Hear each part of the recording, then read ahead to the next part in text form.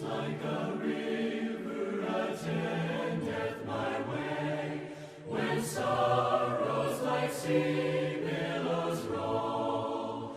Whatever my lot thou hast taught me to say, it is well with my soul. Turn with me to 2 Kings chapter 4. 2 Kings chapter 4. We will be spending the majority of our evening tonight in this particular chapter. To introduce our thought for the evening, I want to tell you of a statement I've said a few times, and then tell you why we're in 2 Kings chapter 4. I, on at least 5 different occasions, have said that our ladies here are our greatest blessing. The ladies in which are in the church are the greatest blessing that we have, and I want to come true on what I mean by when I say that. So when we're in 2 Kings chapter 4, we're going to find an outline of what we're going to be looking at and why I say that statement is true. Now there are a couple of things we need to preface before we get into this. Number one, ladies, many of the things you think of, men would never think of. We just want to go ahead and get that one out in the air. You think of things we may never think of, and that's a good thing. You can do things that we may never be able to do, and that's a good thing. And you may be able to shine an example brighter than we may ever be able to shine by the things you do, and that's a good thing. And we're going to find in 2 Kings chapter 4, as we begin in verse 8, an outline of an individual who did exactly what we just described. But before we really get into that particular section, I want us to notice a couple of more things. Elijah was the prophet of God. He was in Israel, and he often came to the land in which this family dwelled in verse 8. It was by here a wonderful family would learn to love the prophets. They would make a little room on their home, and we're going to understand why they did that here soon, just for him. And we're going to notice in this room there's going to be a table, a stool, a candlestick, and a bed for his rest. And all of these things are going to come from one person, and we're going to notice who that's going to be. Inside of this family was a great secret, and the greatest thing this family had ever seen. And we're going to see, as we look in this particular section, some short bit of verses. We're going to see a family rise, a family flourish, a family receive things they never thought they would ever see, all because of one person. And as we get to the end, we're going to note who that person is. And really, as we begin, we're already going to know who she is. Read with me 2 Kings chapter 4, verse 8. And it fell on a day that Elisha passed through Shunem, where there was a great woman, and she constrained him to eat bread. And it was so, that as oft as he passed by, he turned there to eat bread. It was in the basis of this context here that everything we're going to look at, and the reason I've said the ladies here are our greatest asset, is going to shine true. Because all of this is going to find. Here are the 3 things we're going to notice. We're going to notice, number 1, she made her home. Number 1, she's going to make her home. Number 2, she's going to be honored in her work, but we're going to notice what her work was. And then number 3, we're going to notice she's going to grow in her faith. She's going to grow in her faith. So just read with me verses 9 and 10 to go along with verse 8, and we'll look at how she made her home. And she said unto her husband, Behold, now I perceive that this is a holy man of God, which passeth by us continually. Let us make a little chamber, I pray thee, on the wall, and let us set for him there a bed, and a table, and a stool, and a candlestick. And it shall be, when he cometh to us, that he shall turn in there. She made her house a home. When we look at the individual that's being found here, we find she was full of this one particular word, hospitality. This man would be passing by this village, and he would find this individual, and he would, as we look in the particular section, he would be coming by continually. He didn't just come by every now and then. He was by their particular home continually. Whenever he passed by the way, he would make sure to detour in and see this family and to eat with this great couple. But it brings us to a question about this particular word, hospitality. What does it mean to have hospitality? You know, it can be defined in many different ways. It can be defined as opening your heart as well as your home. Hospitality can be described as practicing the Spirit of Christ to those that know you and to the strangers that you do not know. Hospitality is not about you. It's not about how lavishly that you entertain the individuals. It's not about how wonderfully you impress them while they're in your home, and we're going to learn this from this individual. Rather, it's about how you treat your guest and how you make them feel valued and cherished. Hospitality is something that can be practiced in any setting. It's an act of welcoming guests or welcoming strangers. I want us to think about what's happening here. Over and over and over again, this man would pass by. And I want you to read with me this particular section again, verse 8. And it fell on the day that Elijah passed through Shunem, where a great woman was, and she constrained him to eat bread. Now I want you to notice the next 4 words, because I find them impressive. And so it was.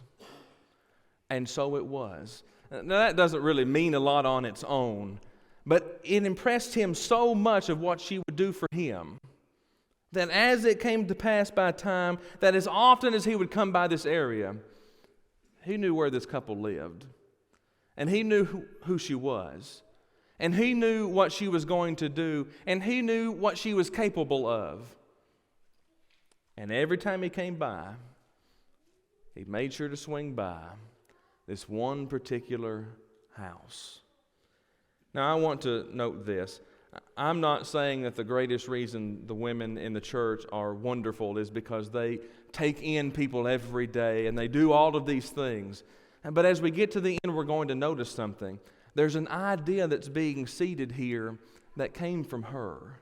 There's an idea that's being seeded here that came from her, and it all centers on this fact that she was full of hospitality. I want you to consider a couple of passages with me, just in our minds for just a moment. Romans chapter 12, verse 13 says, Christians should be given to hospitality.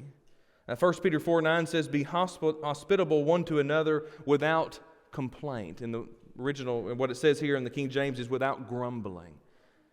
Romans 15 verse 7 says, therefore receive one another, just as Christ also received us to the glory of God. Matthew 25 verse 40 says, and the king will answer and say to them, assuredly I say to you, inasmuch as you did to the least of these, my brethren, you did it to me. Now I know those are all New Testament passages, and I'm not trying to say that men cannot be hospitable, and men cannot do things, but I mentioned this as we began. Ladies, you think of things we do not think about. And as we're going to see in this particular section, here's what she said unto her husband, verse 9. And she said unto her husband, I perceive that this man is a holy man of God, which passeth by us continually. He keeps coming by. He keeps going on his way. He's in a very important work. And the idea seated in her mind. Look at verse 10. Let us make a little chamber, nothing large, nothing big. I pray thee, I beg you, let us make a little chamber. And we'll put it on the side of the wall. She'd already picked out the spot in which she thought was suitable for this. Let us set him for a bed. He needs a bed. Let us put a table there. He needs a table. And then a stool to sit at his table. And he needs a candlestick so he can attend to his studies. And so he can have light in his room. And it shall be that when he cometh to us, that he shall turn in there. You know, men, we might not have ever thought of that. And it might have been that this husband here may have never thought of that. But I don't think we often look at the emphasis of this passage is, she thought of this. She came up with this great plan, and we see what she did. She went to her husband and said, I beg of you, let's do this. Here is something good that we can do. Now notice what the good is she could do. It wasn't just that she could house this man when he needed to come through, or that she could feed him. We see the emphasis being made in verse 9. And to her husband, or she said unto her husband, behold, now I perceive that this is a holy man of God, which passeth by us continually. She knew there was good here. There was good being done or good being completed by this prophet, and she said to her husband, we need to help them. So we see she was hospitable. And number two, in this particular section, she made her home. We see she was full of service. She was glad to be able to do everything she could, so she asked her husband, let us build a room. We want to put it on the side of the wall. Now that doesn't make a lot of sense to us. Let's put a room on the side of the wall. But when we think of the homes that existed, they were made in various different forms, and usually the center part of the house was without roof, and there was an area in which we would call like an inner garden, and the home was built around that in some areas. Now it varied on the area in which was in existence. But she said, on the side of one of these walls, I want to extend a room so that he can come by and say, we have the space, we have all the means, we have everything we need. It seems as if she already has figured out where the bed was going to come from.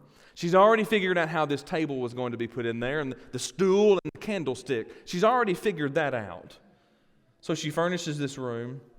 We could also give this idea of the word room, let's build a porch. In other words, we're going to extend off of our roof line, we're going to put some walls on it, and we're going to make a room in which she could do. But she furnished a room for the needs of this man of God.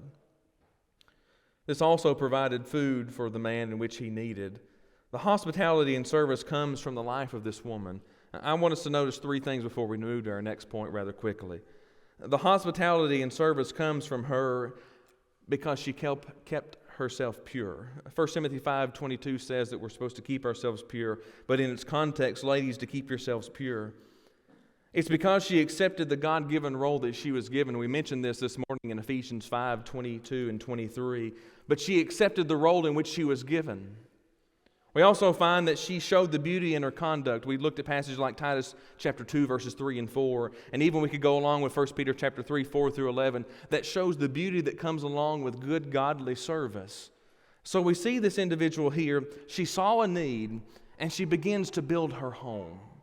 Let's move to the next section where she's going to be honored in her work. This is verses 11 through 13. Just read with me 2 Kings 4, 11 through 13. And it fell on a day that he came there, and he turned into the chamber and lay there. And he said unto his servant, call the Shunammite.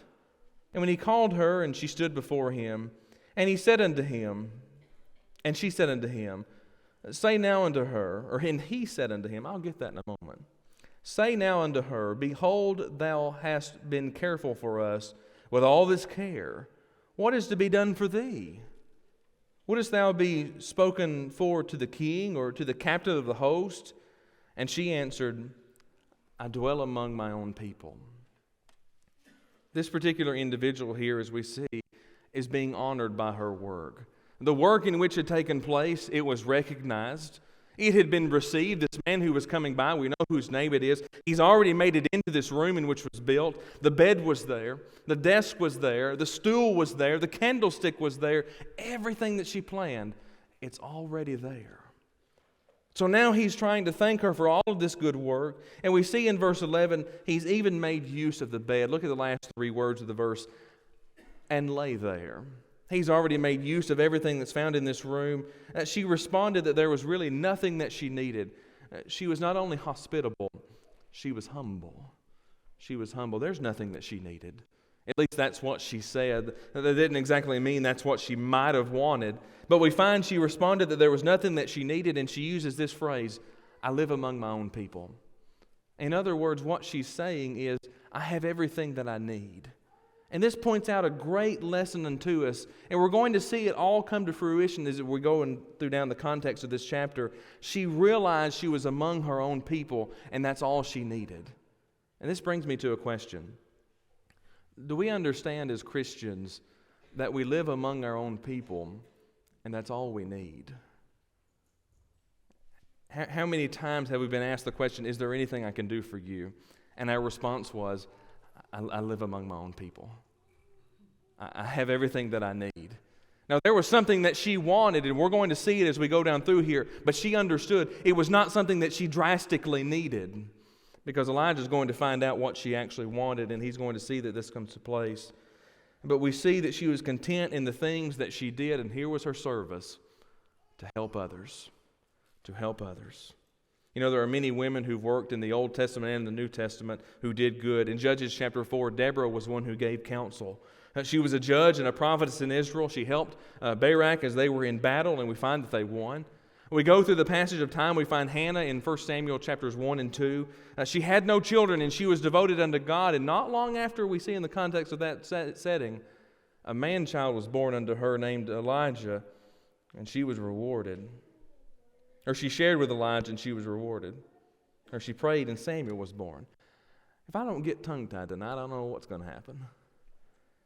There was the widow of hospitality in 1 Kings chapter 17, verse 9. Drought and famine had filled the land, and she shared with Elijah. There was Mary and her priorities in Luke chapter 10, verses 38 through 42. You remember Mary and Martha. Mary wanted to be there and learn at the feet of Jesus, but Martha was upset that Mary was sitting there studying. So we're seeing the depiction of many great women. We can find Dorcas in Acts chapter 9, verse 36 and the following. She did great things for others, and especially there we find the context, she did great things for those that were widowed.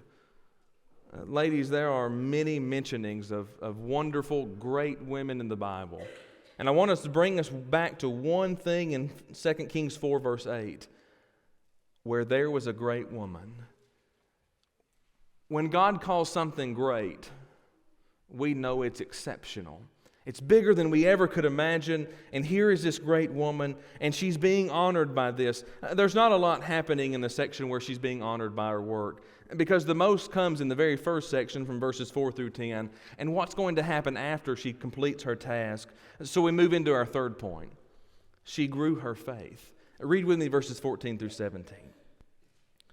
And he said, "What then is to be done for her?"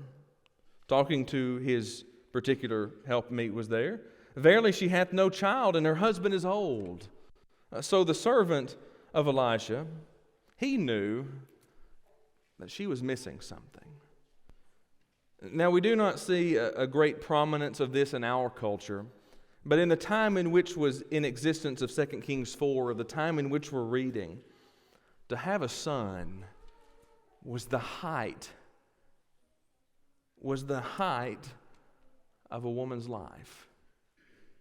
Not only was the name of her husband going to be perpetuated, but she had something, and not to say that to have a daughter was not this, but she had something in which was desired of all the people. We don't really see that a lot in our culture, and that's okay. But there was something that she wanted, and I want you to notice that this particular man, the helper of Elisha, he noticed this. And I love how he says, "Verily she hath no child, and her husband is old." He saw something was missing to her.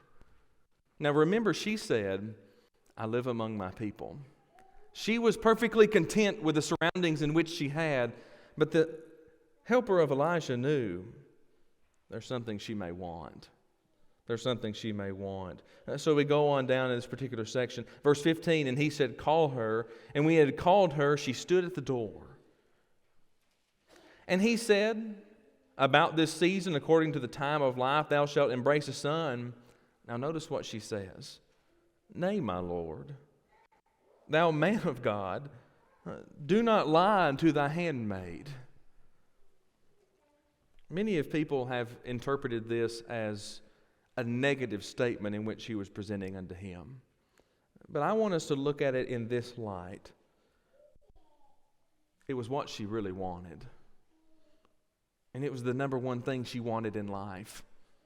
And she wasn't going to complain about the life in which she had, because she lived among her people. She had everything that she really needed. But there was something she wanted. She knew she was of age. The servant of Elisha knew that her husband was well in age. And we see her almost in dismay that this might be a possibility. "Do not lie unto thy servant, thy handmaid." The great promise is being given here. The prophet asked her what could be done. His servant says that they have no child and the husband was old. And apparently there seemed to be no natural way for her having a son, or at least in his mind, and the blessings which the Israelite woman longed for. He called her back, and here's where she's standing in the door. "Don't lie to me." Not questioning him, but it was of disbelief. It was of amazement.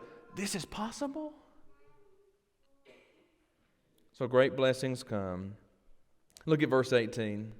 Or verse 17, and the woman conceived and bare a son that season that Elisha had said unto her, according to the time of life. Verse 18, and when the child was grown, it fell on a day that he went with his father to the reapers. Here is a wonderful time in the midst of the lesson we're looking at to look at a secondary point. And I'll pose the question that many people pose. Why do bad things happen to good people? Why do bad things happen to good people? This Shulamite woman was a wonderful woman. And she had wonderful ideas, and she did things the way she should have done them, and she made sure everything was prepared. She was a good, wholesome woman. Why did she deserve bad things in her life? Well, we understand that with the good things of life usually come some bad times. Now, that doesn't mean that's how it's always going to be, but we call this section we're getting ready to enter the great disaster. We look at verse 18, the child is grown, and he went with his father out to the reapers. But look at verse 19. And he said unto his father, my head, my head. And he said to a lad, carry him to his mother. And when he had taken him and brought him to his mother, he sat on her knees till noon, and then died. And she went up and laid him on the bed of the man of God and shut the door upon him and went out. Now, here's one of the wonderful times I'm so glad this chapter just keeps on going, because this chapter is not going to end with disaster. Now, I want to point out a few things. I'm not saying this is going to happen to you. I'm not saying this is going to happen in our lifetimes. But here in this occasion, the prophet of God, God's people, we're going to see this happen. I want you to notice a few things as we're looking at this particular section as what we're looking at. She calmly went up, verse 21, laid him on the bed, and I want you to notice one thing.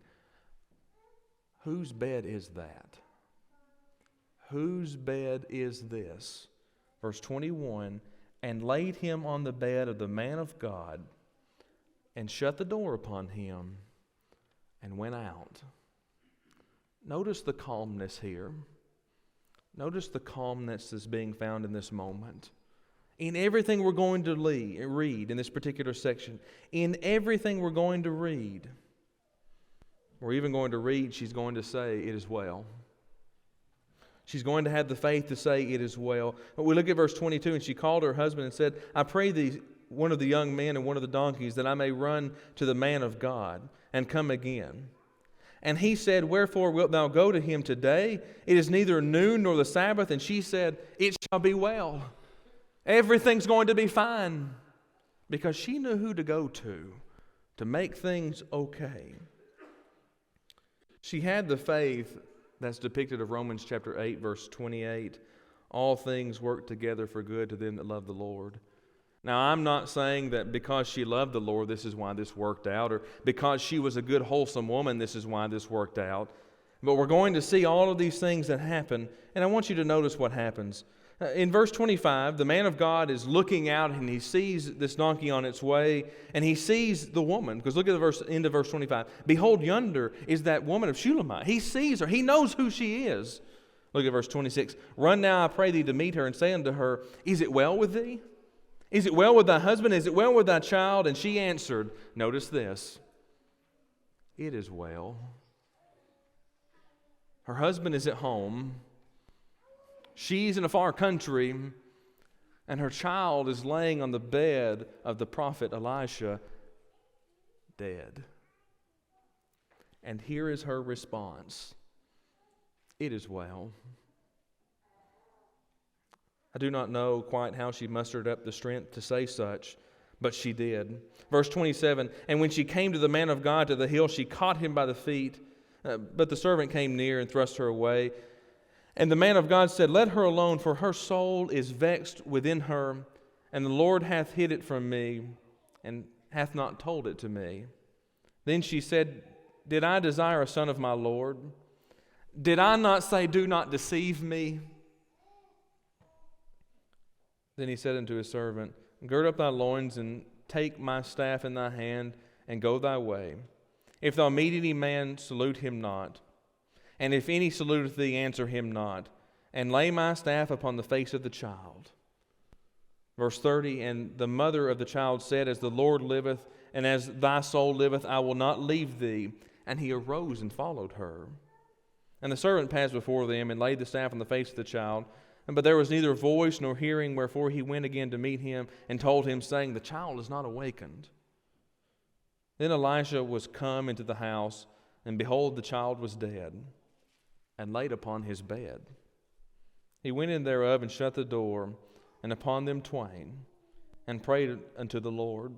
And he went up and laid upon the child, and put his mouth upon his mouth, and his eyes upon his eyes, and his hands upon his hands. And he stretched himself upon the child, and the flesh of the child waxed warm. Then he returned and walked in the house to and fro, and went up and stretched himself upon him. And the child sneezed 7 times, and the child opened his eyes. And the servant said this, Call the Shulamite. So he called her. And when he was come in unto him, he said, Take up thy son. Then she went in and fell at his feet, and bowed herself to the ground, and took up her son, and went out. She grew her faith. And it all is seen in one statement. It is well. It is well. I'm not trying to depict anything that's being found here, but I want us to notice a few points as we're talking about her growing her faith. Remember when she told her husband she was going to go off into a far country to find the man of God? Remember what he said? It's getting late. It's not even of this time of the season. It's not time to travel right now. Do you think she didn't know that? Do you think she did not know that the time of the day was quickly drawing to an end? Or that it was not the appropriate season to be traveling in this manner? It would be historically accurate to say that she most likely would have known that. We're seeing something being done here that is impressive because her faith outshines everyone in the context of what's happening. The child in which she wanted, it was there. And then it was as seemingly taken from her hands. And here is what she said. It is well. Her faith shows, her faith grows, and we understand some things here in this particular section. She outshines everyone in the context of what's happening. Even, aptly to be said, she outshines the man of God. Because she knew where her faith was, and she knew who this man of God was, and she was willing to serve everyone, and she was willing to do things the right way, and she was willing to take care of it no matter what it was, and she was willing to go after things if she needed to. The great secret, ladies, it's you. There are things you can do that men may never be able to do. There are things in which you can think of we may never think of. There are things you may be able to do we could never do. Great women build great lives and support those that need them. And one of the greatest things we can do tonight is honor you for the great work that you've done, the great work that you will do, for the great work that you always have done. Here's the second greatest thing we can do tonight. If you're not a child of God tonight, you can be. You can follow the example of the one here who put her faith in the Lord and knew everything was going to be just as it should be. And that's what you can do tonight. By hearing His Word, believing it, repenting of your past sins, which means changing your life, taking your sinful ways and no longer doing them, doing the wrong no more and starting to do the right, confessing the name of Jesus and being immersed in water, which is ready right behind me and right before you. If you're not a child of God tonight, you can be. And through the encouragement of many godly women, many men have become Christians. So if you need to become a child of God tonight, do so. Could be the case tonight that you are a child of God, but you've not been living as you should. It may be that your faith has been shaken for some reason. It may be that you're just aptly doing things that you should not. It could be many various reasons why you and God are not on the same terms. But you can know tonight that before you leave this building and before you go home, your life can be made right with the Lord. And you can begin again just as this woman did, so you can aptly say as you leave tonight, it is well. If you're not a Christian, do you want to become one? If you are a child of God, do you need to make your life right with the Lord? Why don't you do so as together we stand and sing? When peace like a